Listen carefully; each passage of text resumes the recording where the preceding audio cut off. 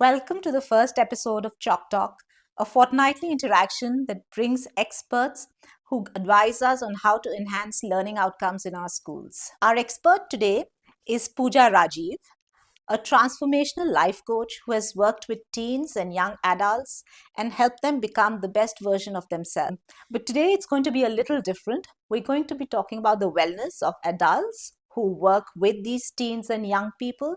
I'm talking about teachers. Now, teaching for the longest time has been perceived as a profession that's easy, something that you get into because you could probably manage your life better if you do. But I've been an educator myself for 17 years, and I can say with confidence that it is not a profession that's free of stress. Teachers work with very tight deadlines and jam packed schedules. Why do you think it's important for teachers to stay calm and to maximize their potential in a day? Chan, teaching is a stressful job, no doubt. You're with so many children in a room and sorting out so many different issues. We as parents go crazy with just one or two. So I completely understand where this question stems from. Many of the teachers we know get into the profession because it just gives them a good work-life balance. And at the end of the day, although the work life balance is there, you're making a big impact on the lives of young adults. And I just want to give you an example. I mean, being calm is important for any human being.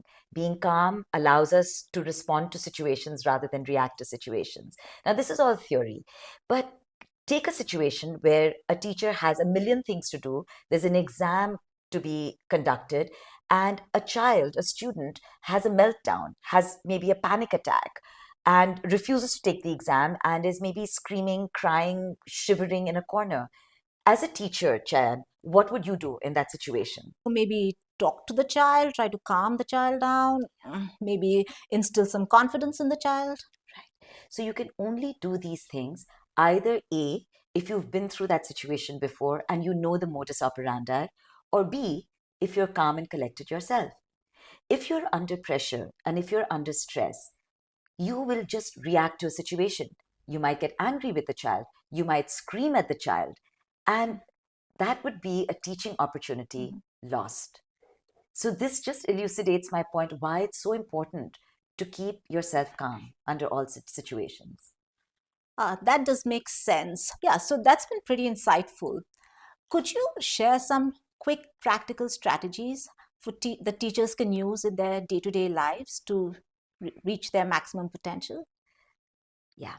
So, for teachers to reach their maximum potential, rather than think of their day as a to do list, and instead of packing in as much as they can in a day, I think if they keep the perspective of benefiting the maximum number of people or maximizing the benefit that they can have in terms of learning, in terms of role modeling, that would be a good perspective to have as a starter.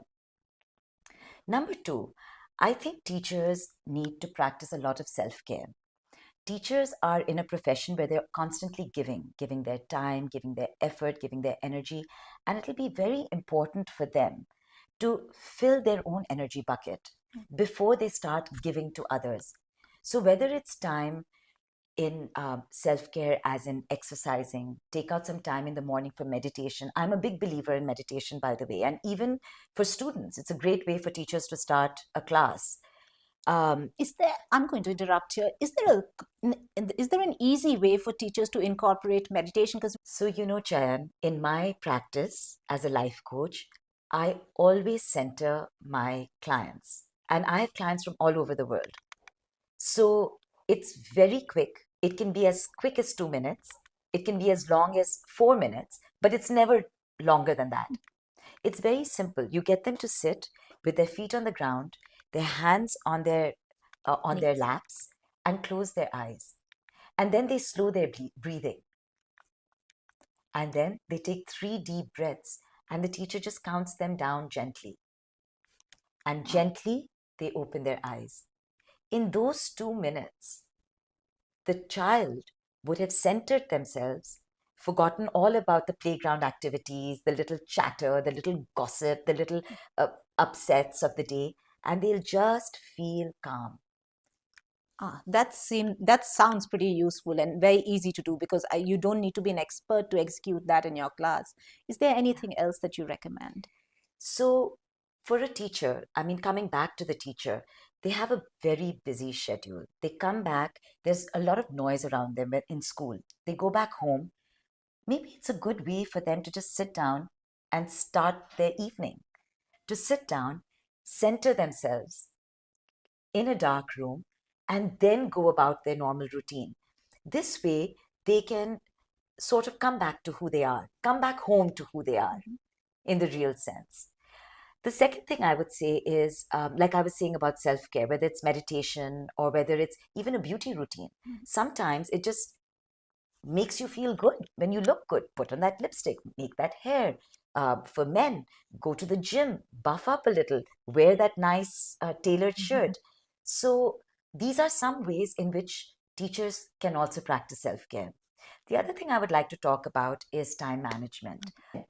Prioritize everything, write it down on a sheet of paper. Writing that visual cue is very important because when you see what you have to do or what you want to do, then you know what you cannot do. And then it's nice to be able to say no or reschedule those other meetings or unimportant meetings to another time. All right. And one last quick question. What do you think the teachers can do to energize their students and recharge their students during a regular school day? When a teacher is calm, when a teacher is in control, when a teacher is confident, when a teacher is grounded, the aura shows. The students feel it. And it's that is such a great learning for the teacher for the students. Number one. Number two, when the teachers are calm and when they're grounded and when they're feeling good in themselves because they've put in that self-care, they've done that time management, they know that they're running on schedule and they're managing everything. When they know all this is going according to things, you know they will know best how to reach the students. They're the experts in their fields. They know better than anybody. You've been an educator for 17 years. You would know best. The one thing I would say is that generations change over time, and this is no exception. The new generation, I would say, has changed multiple times. The previous generation changed. Why? Because of the advent of electronic devices, The internet, right? It's been a total game changer, social media. So, one thing I would say, and this is I've noticed as a life coach, especially for young adults, is our youngsters require a lot more external validation than we required, and that even kids 10 years younger than us required. They need confidence building. They need to be told that they're doing a great job. So, this encouragement, this championing is more important today than it was in our time. In our time, a teacher could get away by being very stern, telling us how horrible we were, and we would work 10 times harder and we would nail that next exam. And we would still like the teacher. Yeah. It doesn't work like that anymore. You see, there's a lot of negative energy out there. The social media, while it connects, while it gives you a lot of information, it really puts out a lot of negative energy for our kids. Our kids are constantly comparing themselves with the prettiest girl, with the thinnest girl, with the richest girl, with the hunkiest guy, with the best body. It is hard. Let's not belittle what our Gen Z is going through. They're going through a tough. I mean, that's the reason I became a life coach. We need to remind them that, you know what? You are awesome. Why? Not because I'm just saying platitudes, but because of A, B, Z.